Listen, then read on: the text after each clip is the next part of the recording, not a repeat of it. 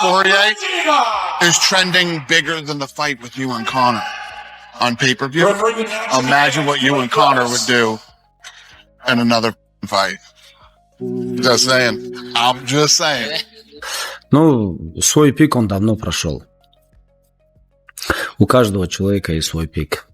И он его давно прошел. Так что должен был он со Спиналом драться или нет, это вопрос, может быть, будет всегда стоять. В данный момент, да, для меня Спинал лучший тяжеловес мира. It is the undisputed heavyweight champion of the world, the pride of Wigan, the one and only Tommy Aspinall, Tommy Aspinall, na. Tommy Aspinall, Tommy, defending his undisputed gold, technically for the very first time against the pride of France, the French prince himself, Bon Gamin himself, the one and only Cyril Gane. These two have been going back and forth for the better part of 2, maybe 3 years. Well, this was the fight that we all thought was going to happen in Tom's official first title defense, and so it is in fact going to happen. Tom wanted to fight in Abu Dhabi. That was the sense that we got when he became undisputed champion. He didn't want to wait for New York. Let's be honest, the tax is a little better over there in Abu Dhabi compared to New York for an Englishman, for anyone, if we're being 100% honest. And so he wanted to be active. He wanted to fight in October. He wanted to fight in Abu Dhabi. It's closer to home, and so they oblige. And you'll recall a few weeks ago I said, it's looking like Magomed and Alex, October 4th. It's looking like Tom versus Cyril, October 25th. And it's looking like JDM versus Islam in New York. That would be the next pay-per-view. Now, that hasn't been officially announced. That hasn't been signed, sealed, and delivered. But at this point, I would be surprised, considering how the chips just fell earlier today. I would be surprised if it doesn't play out that. He's back in the headlines again, and this time it has nothing to do with his team or his coaching decisions. During a recent interview, he shifted the focus elsewhere and shared his thoughts on Ilia Topuria, making it clear that he doesn't believe Ilia and isn't buying what's being said. No. Saying he doesn't believe Ilia. Илья Топурия может? Не, он хороший парень. Да. Пытается быть кем-то. Сразу же видно. Не, я не думаю. Интерес противостояний, стилей, там, бойцов, чемпионов, может быть. Но такого, знаешь, как нет. И Ислам тоже. Ну, возможно, да. И Ислам хороший парень. Conor McGregor fired back on Twitter in classic McGregor fashion, loud, unapologetic, and razor sharp. The post was bold and cutting, instantly sending fans into a frenzy. It felt like a blast from the past, like an old rivalry suddenly waking up after a long, quiet sleep. Almost immediately, people started asking the inevitable question, could we actually see Conor face Khabib again, too? The energy was intense, the atmosphere felt charged, and the internet went into full meltdown mode. It was the kind of moment where even a few images alone could have sparked the opening chapter of another legendary build-up. Another celebrated build-up. Things got even crazier when an old clip resurfaced showing Dana White in conversation with Khabib, clearly pushing and trying to lure him back into the cage. You could see it all over Dana's face, how badly he wanted it to happen. And honestly, who wouldn't? A matchup like that would instantly become one of the biggest events in UFC history. Fans saw the footage and completely lost their minds. To many, it felt like a missing puzzle piece had been revealed, sparking theories that Dana might be quietly working behind the scenes on a master plan to make it all come together. From that point on, the conversation only got louder and more intense. Fight with Poirier is trending bigger than the fight with you and Conor on pay-per-view. Imagine what you and Conor would do in another fight. Just saying. I'm just saying. Both Cormier and Chael Sonnen were asked the same question. Did Khabib walk away too early? And they were completely aligned. Their answer was a firm yes. From their perspective, Khabib stepped away while he was still operating at his absolute peak, with plenty of fights left in him. He wasn't declining. If anything, he was still evolving and getting better. DC highlighted Khabib's high-level fight IQ, emphasizing how sharp and calculated he was inside the cage, while Chael pointed out how rare it is to see a fighter exit the sport that early, especially while still dominating. And this wasn't just fan talk or casual opinions.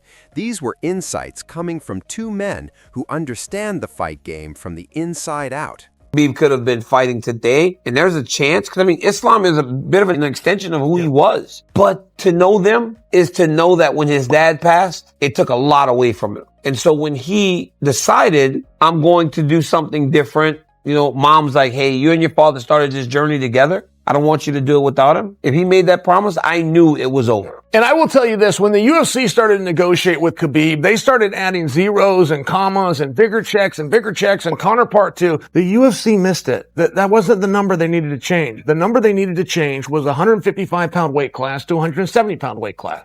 You would have gone Khabib versus Conor 2. It wasn't that he didn't want to fight and he didn't want to fight Conor. I don't believe that. He didn't want to beat the scale anymore. And that's the one thing that the company did miss. He retired too early, yeah. Dana White also shared his perspective in a separate conversation. He said he has always respected Khabib's decision to retire, but deep down he believes Khabib still had a lot left to give. Dana even admitted that if Khabib ever decided to return, he would be ready to make it happen. Still, as Tone pointed out, it seems unlikely UFC fans will see Khabib back in the octagon anytime soon. He's fully focused on coaching now, especially guiding Islam Makhachev, who has a big fight coming up. Khabib's energy is entirely devoted to his team. He's no longer chasing personal glory. Instead, he's become the kind of coach who pushes his fighters to their absolute limits, drives them toward greatness, and builds a legacy through their achievements rather than his own. Долена самый сложный соперник в Ислама карьере. Это мое мнение. Ни Чарльз, никто. Ни один из этих бойцов... И даже не Илья, если бы это бой был бы. Ну, мое личное мнение, во-первых, Мадалена 2 раза больше, чем Илья. Сопоставим. Илья. Он 2 раза больше. Он выше, больше, ноги помощнее, корпус, бокс не хуже. И грэпплинг он возится очень хорошо, если вы смотрели. Для меня, если я, например, буду готовить Ислама против Илья или Мадалены, для меня больше будет волновать и волнует Мадалена.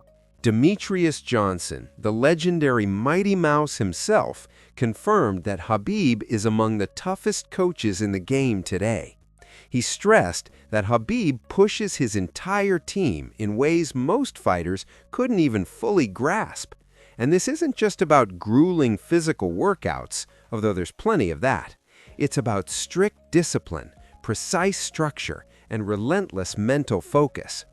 Khabib expects total commitment from his athletes, shaping them not just as fighters, but as complete competitors.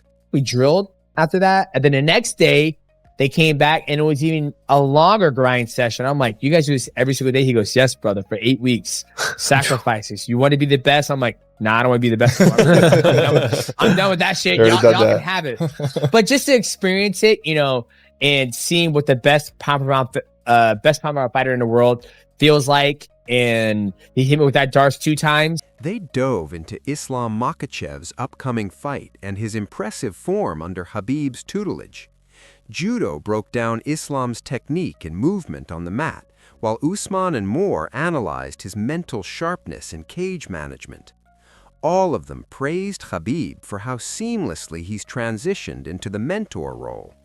They highlighted that Islam's growth, both physically and mentally, is the kind of progress only possible when training under someone who has reached the very pinnacle of the sport. I think he's going to become the 11th double champ in UFC history. Islam tweeted, keep it shiny, keep it nice for me. JDM, I mean, it was kind of like the perfect comeback. He was just like, yeah, come get it. Keep my belt clean. Okay, so the talking has begun, dude. That fight is set. That fight's going to take place in October, Abu Dhabi. I think we all know that. We're no longer going to get Ilya versus Islam Makhachev just now. Things got heated when Khabib weighed in on John Jones. He bluntly stated that Jones is past his prime, a comment that immediately turned heads and shocked many fans. Clearly, Jones hasn't been competing as frequently in recent times, which added context to Khabib's assessment. Naturally, the remarks sparked a range of reactions. Some agreed, pointing to Jones's age and history of injuries, while others pushed back, insisting that Jones still has greatness left to show. Regardless of which side you fall on, the comment ignited a firestorm of debate across social media. Свой пик он давно прошел. У каждого человека есть свой пик, и он его давно прошел. Так что должен был он со Аспиналом драться или нет, это вопрос, может быть, будет всегда стоять. В данный момент, да, для меня Аспинал очень тяжелая смерть. He didn't hold back. Jones openly declared that he still wants to face Tom Aspinall, of all events, on the White House card. It sounded wild, almost unbelievable, but he was completely serious. He expressed a genuine hunger for that matchup. A showdown with Aspinall on such a high-profile stage instantly had fans buzzing. It's the kind of fight that's risky, electrifying, and exactly what MMA enthusiasts crave, even if not everyone thought it could actually happen. White House UFC fight. What do you think about that? I think it's exciting. Very exciting. Can we expect to see you on the card? I can't promise anyone anything, but I have very strong feeling that I'll be on that card. But who would you take on? Who would be your dream opponent? I would want to take on whoever's holding the belt at the end of the year. Yeah? Yeah. Any possible names you think? Well, I mean, as of right now, the champion is Tom Aspinall, but we'll see who's the champion at the end of the year. I feel like the only thing to have an American guy fight for the championship that night, I'd be willing to put it all on the line. Nice. Those hopes were quickly dashed. In a follow-up interview, Dana White stated that it simply wasn't a good idea. He explained that Jones represented more risk than reward, factoring in his injuries, time away from the octagon, and the uncertainty surrounding his current form. Dana wasn't willing to stake a major card on a fight he couldn't fully trust, and when Dana speaks with that level of certainty, it usually signals that the decision is already set in stone. On there too, and he says he would fight whoever the champion is at that time. But would you be okay with him coming back and potentially winning that belt again? And you might have to go through. Well, it's not even about him winning the belt. I mean, I felt about him. I can't risk putting him in big positions in a big spot and have something go wrong. Fair enough. Yeah, especially the White House card. When asked about it, DC didn't completely side with Dana, but he understood the reasoning. He recognizes John's immense talent and potential, yet he also acknowledges the reality of the current situation. Jones isn't the same fighter he once was. Still, DC made it clear that no one can take away what John has accomplished up to this point. Love him or hate him, his legacy is secure. But that doesn't mean the UFC should risk an entire card betting on him in today's form. Sir. I saw John Jones is back in the testing pool. Yes. Talking about going on the White House card. Yes. I think with his extensive criminal record, the Secret Service will let him on the White House ground. That's such a good question. Woo. That's actually a good question. Well, we always have to pass background checks when Trump's there and he got the fight, so I'd imagine he will be. And I gotta be honest with you. All right, so listen. All right. No disrespect to anyone here. I love you guys so much. You can go to the White House and I'm positive you'll win, right? But if we really need an American to win, right, gotta kind of send John Jones, don't we? Seriously. I don't want to do it. I don't like him, but it's if we need an American to win, don't we just send the guy that always wins? Yeah, no, he's going. Hey, he said, if you ain't cheating, you ain't trying. And nobody tries harder than me. Are you sure John Jones doesn't try a little harder than I do? I don't know. It's close. It's close. It's close. Magoo also weighed in, and he was fully on board with Dana's perspective. He emphasized that the UFC's priority should be investing in rising stars rather than dwelling on past greats. He specifically applauded the decision to back Tom Aspinall, saying that putting him in high-profile fights is the smart move. Magoo was firm in his stance. He believes the future of the sport belongs to fresh talent, not the veterans of previous eras. for saying, I can't have John Jones on the White House card. If I was Tom Aspinall, I was like, he's not worthy to fight me. He's not worthy. You just retired. You need to work your way back up and get a title shot. I hear Dana's point on not letting John Jones in the fucking White House. 100%. Absolutely hear his point. I get it. You know what I mean? You don't want the first lady getting a black eye. He agreed completely and is already lining up new fights for Tom Aspinall, putting significant focus on building his path forward. Not once did John Jones come up in the discussions. It's clear where his attention lies. He's fully invested in shaping the future with Aspinall, leaving past stars out of the equation. Disputed heavyweight champion of the world, the pride of Wigan, the one and only Tommy Aspinall, Tommy Aspinall, Tommy Aspinall, Tommy, defending his undisputed gold, technically for the very first time against the pride of France, the French prince himself, Bon Gamin himself, the one and only Cyril Gane. These two have been going back and forth for the better part of 2, maybe 3 years. Well, this was the fight that we all thought was going to happen in Tom's official first title defense, and so it is in fact going to happen. Tom wanted to fight in Abu Dhabi. That was the sense that we got when he became undisputed champion. He didn't want to wait for New York. Let's be honest, the tax is a little better over there in Abu Dhabi compared to New York for an Englishman, for anyone, if we're being 100% honest. And so he wanted to be active. He wanted to fight in October. He wanted to fight in Abu Dhabi. It's closer to home. And so they oblige. And you'll recall a few weeks ago, I said, it's looking like Magomed and Alex, October 4th. It's looking like Tom versus Cyril, October 25th. And it's looking like JDM versus Islam in New York. That would be the next pay-per-view. Now, that hasn't been officially announced. That hasn't been signed, sealed, and delivered. But at this point, I would be surprised, considering how the chips just fell earlier today. Tom Aspinall was asked to weigh in on the whole situation, and he remained calm and collected. He didn't throw shade or try to stir up any drama. Instead, he simply stated that he's ready, confident in his own skills, and prepared to take on any major fight that comes his way. As the reigning champion, that self-assurance feels well-earned. Fans appreciate that mindset, and it's easy to see why it's such a big part of his appeal. I better be careful, apparently. Yeah. I think I match up pretty well against him. I think I'm equally as fast as him. I move equally as well. The difference is I can grapple. I've got a lot of power. And I think that's pretty undeniable at this stage of my career. I've got a lot of knockouts on my record, mate. I have to touch you once, and I wasn't even throwing heavy tonight. I thought it was going to be a 5-rounder. I didn't mean to knock him out. I was pretty sure that was going to be a 5-round fight tonight, and just takes one shot, mate, at heavyweight especially. Bisping fueled the excitement even further, openly declaring that he fully believes Tom Aspinall can take down anyone, even the legends. Bisping's confidence in Aspinall is immense, and when someone of his stature makes a statement like that, fans and analysts immediately pay attention.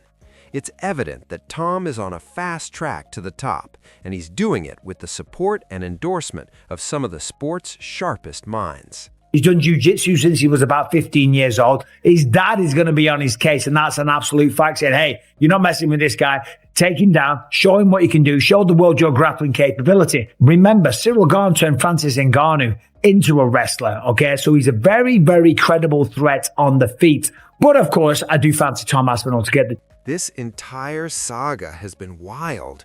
From Khabib's candid interview to Conor McGregor's explosive tweet, all the way to the ongoing John Jones debate. It's like a full-blown MMA roller coaster.